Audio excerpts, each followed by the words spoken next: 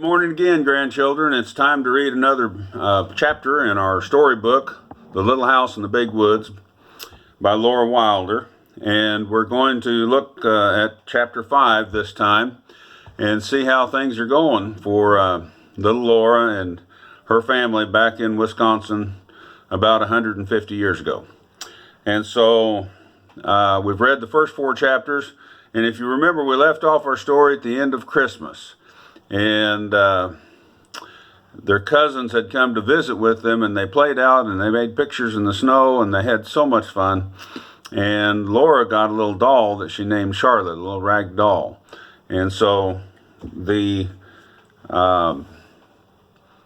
cousins had all packed up into the bobsled, and they put all the warm blankets and buffalo hides and everything they could find and flat irons under their feet, and potatoes in their pockets, baked potatoes in their pockets so that they could keep their fingers warm. And they headed off through the snow. And this next chapter is chapter 5, and it's entitled Sundays.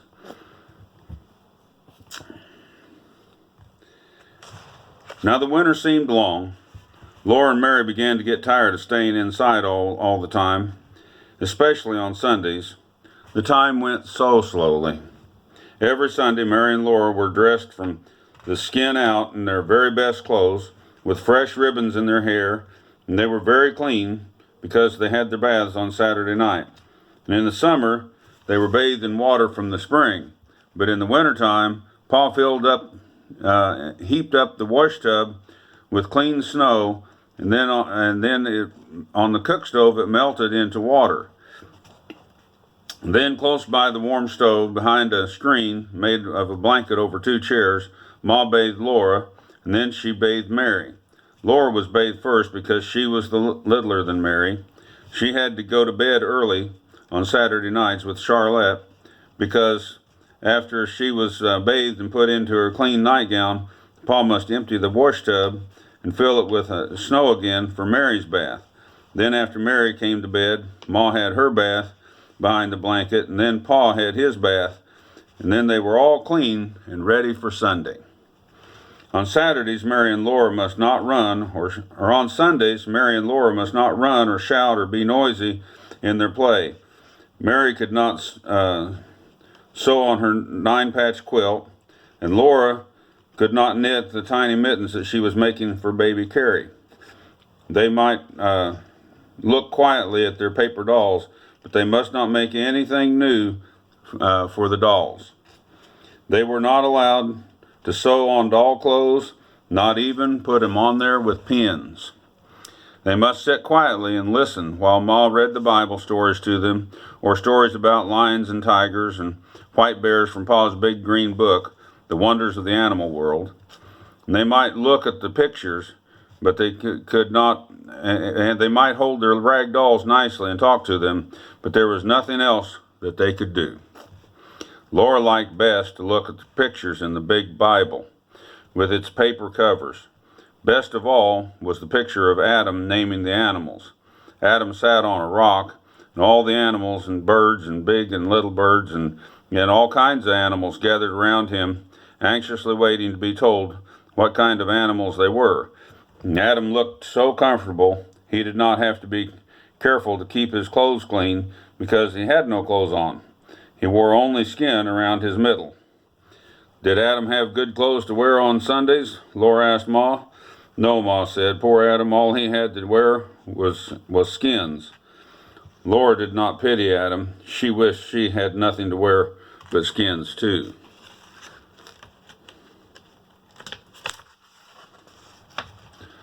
One Sunday after supper, she could not bear it any longer, and she began to play with Jack. And in a few minutes, she was running and shouting, and Pa told her to sit in her chair and be quiet. But when Laura sat down, she began to cry and kick the chair with her heels. I hate Sundays, she said. Pa put down his book. Laura, he said, very sternly, come here. Her feet dragged as she went because she knew she probably deserved a spanking. But when she reached Pa, he looked at her sorrowfully for a moment, and then he took her on his knee and cuddled her against his chin, and he held out his other arm to Mary, and he said, "I'm going to tell you a story about when Grandpa was a little boy." When Grandpa was a little boy, Sunday did not begin on Sunday morning, as it does now. It began on sundown on Saturday night. Then everyone stopped every kind of work, every kind of play, and worshiped God for Sunday. Supper was solemn. After supper, Grandpa's father read aloud a chapter of the Bible, and while everyone sat straight and still in the chair, they all knelt down, and their father said a long prayer. When he said amen, they got up from their knees, and each one took a candle and went to bed. They must go straight to bed. No playing, no laughing, not even any talking. Sunday morning, they ate cold breakfast because nothing could be cooked on Sunday. Then they all dressed in their very best clothes and walked to church. They walked because hitching up the horses was considered work, and no work could be done on Sunday. So they walked slowly and solemnly, looking straight ahead. They must not joke or laugh or even smile. Grandpa and his two brothers walked ahead. Then their mother walked behind them. And in church, Grandpa and his brothers must be perfectly still for 2 long hours and listen to the sermon. They dared not fidget on the hard bench, and they dared not swing their feet. They dared not turn their heads to look at the windows or the walls or the ceiling or anything. They must sit perfectly motionless. Never for one instant take their eyes from the preacher. When church was over, they walked slowly home. They might talk a little bit on the way, but they must not be loud, and they must never laugh or smile. At home, they ate a cold dinner, which had been prepared the day before, and then all the long afternoon, they needed to sit in a row on the bench and study their catechism until at last the sun went down and Sunday was finally over. Now, Grandpa's home was about halfway down the side of a very steep hill. And the road went from the top of the hill all the way down to the bottom, right past the front door. And in winter, it was the best place for sledding. You could go downhill and you could possibly, as fast as you could possibly imagine. One week, Grandpa and his two brothers, James and George, were making a new sled. And they worked at it every minute of their playtime. It was the best sled that they had ever made. And it was so long that all 3 of them could sit on it at the same time, one right behind the other. And they planned to finish it in time to slide downhill on Saturday afternoon. For every Saturday afternoon, they had 2 or 3 hours of playtime. But that week, their father was cutting down trees in the big woods. He was working hard to keep the boys working with him, and they did all the morning chores by lantern light, and then they were hard at work in the woods cutting up trees when the sun came up. They worked clear till dark, and then there were chores to do, and after supper, they had to go to bed so they'd get up early the next morning. They had no time to work on their sled until on Saturday afternoon. They worked a little bit on Saturday afternoon, but just as fast as they couldn't get it finished in time. Just as the sun went down Saturday night, they were almost done. And after the sun went down, well, they couldn't slide downhill. Not even once. That would be breaking the Sabbath, so they put the sled in the shed behind the house to wait until Sunday was over. All the 2 long hours in church the next day, while they kept their feet still and their eyes on the preacher, they were thinking about the sled. At home, while they were at dinner, they couldn't think of anything but the sled. And after dinner, their father sat down to read the Bible, and Grandpa and James and George all sat as still as mice on their bench with their catechism, but they were thinking about the sled. And the sun shone brightly, and the snow was smooth and glittering on the road, and they could see it through the window. It was a perfect day for sledding down that hill. They looked at their catechism, and they thought about the new sled, and it seemed like Sunday would never end. After a long time, they heard a snore. They looked at their father, and they saw that his head was fallen over against the back of his chair. He was asleep. James looked at George. And James got up from the bench and tiptoed out of the room through the back door.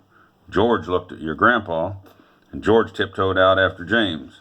And Grandpa looked fearfully at their father, but he tiptoed right along and followed George.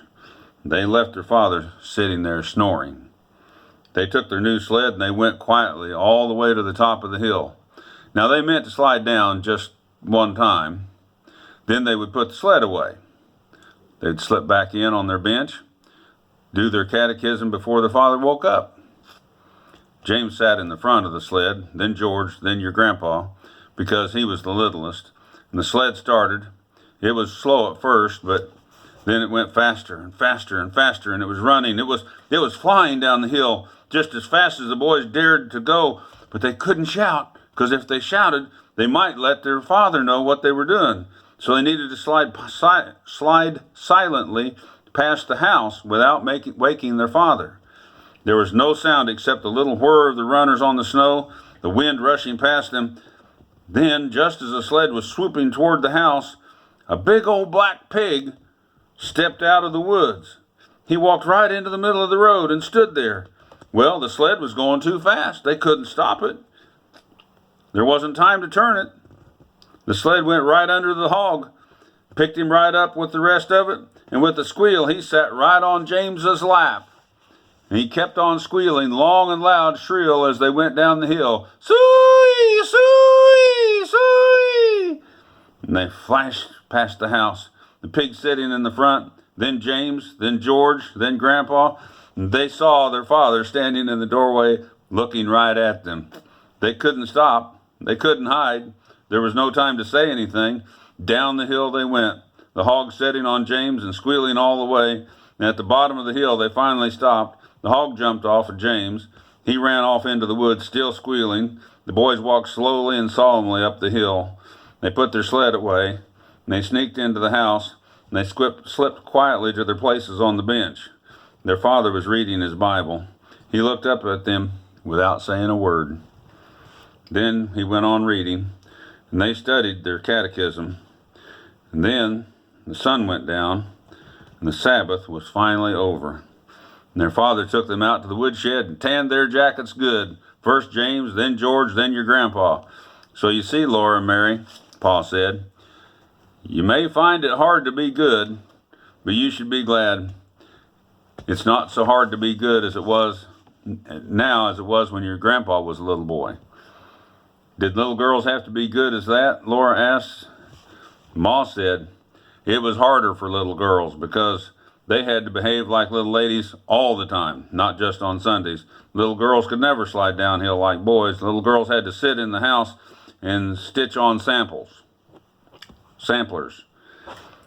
Now run along and let Ma put you to bed, said Pa, and he took his fiddle out of its box. And Laura and Mary lay in their trundle bed and listened to the Sunday hymns, for even the fiddle must not sing the weekday songs on Sundays. Rock of Ages, cleft for me, Pa sang, while he played the fiddle. And he sang, shall I be carried to the skies on flowery beds of ease, while others fight to win the prize and sail through bloody seas. Laura began to float away on the music, and then she heard a chattering noise. And there was Ma by the stove getting breakfast. And it was Monday morning already, and Sunday would not come again for another whole week. That morning when Pa came in to breakfast, he caught Laura and said he must give her a spanking. First, he explained, today was her birthday, and she would not grow properly for the next year unless she had a spanking. And then he spanked her so gently and so carefully, it did not even hurt, not one little bit. 1, 2, 3, 4, 5, 6. He counted as he spanked slowly, one spank for each year, and the last one was a bigger spank a spank to grow on. Then Pa gave her a little wooden man that he had whittled out of a stick to be company for Charlotte, and Ma gave her 5 little cakes, one for each year that Laura had lived with her pa and her ma.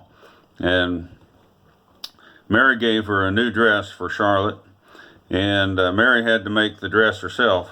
When Laura thought she was sewing on her patchwork quilt, she was actually making a dress to give to her for her dolly.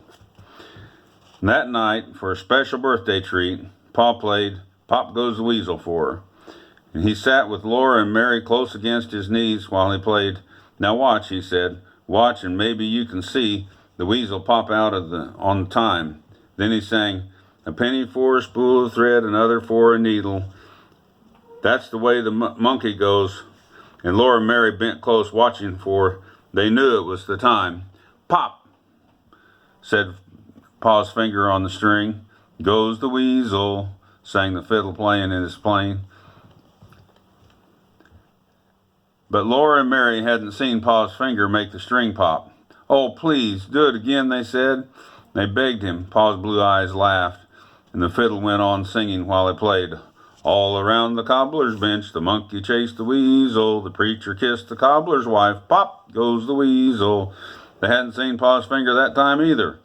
But he was so quick, they could never catch him making the pop sound. So they went on to bed laughing and lay listening to Pa as he played his fiddle and